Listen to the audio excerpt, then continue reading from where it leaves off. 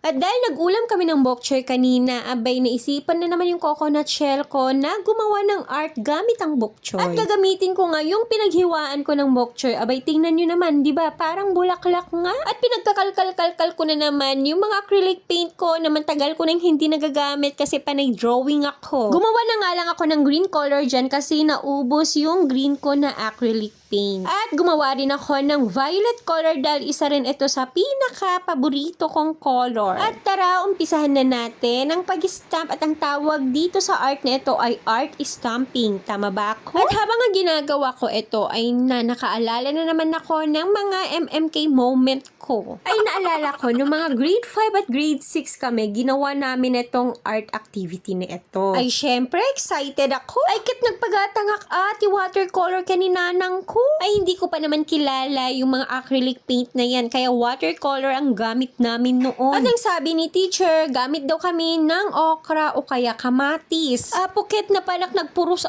di okra ni lolang ko. Ay kit naong tanak tadjakmet namin nagpakada sa ako pinurus. Amumet ti apo na bakit naungi. Ayun, okay naman. In-explain ko naman kung saan ko gagamitin yung okra na pinurus ko. At nung nandun na nga kami sa school, ginawa na namin yun at pagandahan ng datingan, ganun. At syempre, mahilig tayo sa art at nag-expect tayo ng mataas na grade. Abay, ganun lang ang nangyari sa grade ko. 85 lang. Yung timbaga ni nanang kentatang ko, okay lang kasi line of 8, abay mataas na yun. Line of 8 nung time namin. At ayan, finish na ang aking flower art stamping. Diba? Kadali lang gawin at ang ganda.